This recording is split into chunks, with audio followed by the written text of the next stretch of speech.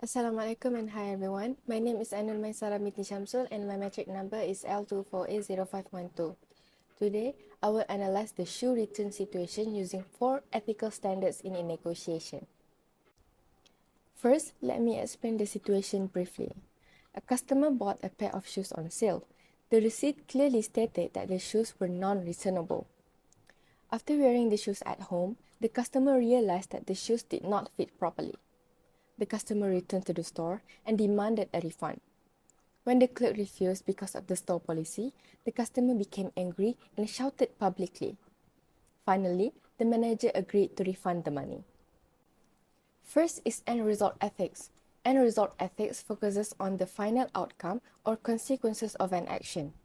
In this situation, the customer used aggressive behavior because she wanted to achieve the desired result, which was getting her money back. From this perspective, the action may be considered as successful because the customer successfully obtained a refund.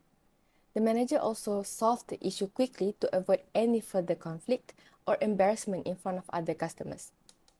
However, this approach may create negative consequences such as damaging the relationship between the customer and the store.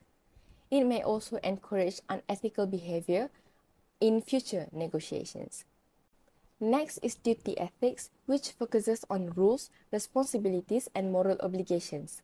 In this case, the receipt clearly stated that the shoes are non-returnable. Therefore, the buyer should respect the store policy. From this perspective, the buyer's behavior is unethical because she ignored the rules and pressured the employee emotionally. Even if she was dissatisfied, she should communicate politely and responsibly. The employees were simply following the company policy, so yelling at them is unfair. The third one is social contract ethics. Social contract ethics focuses on social norms, shared values, and acceptable behavior in a society. In most professional settings, customers are expected to behave respectfully and communicate clearly. In this situation, the buyer's aggressive behavior violated the normal social expectations because shouting in public may embarrass workers and disturb other customers. However, some people might still support the buyer because people often believe that businesses should prioritize customer satisfaction. Lastly, personalistic ethics. Personalistic ethics depends on personal values and individual conscience. Different people may judge this situation differently based on their beliefs. If the buyer believes that fighting for consumer rights is important, then she may think that her actions are justified. On the other hand, someone who prioritizes honesty, respect, and kindness may believe that the action is wrong.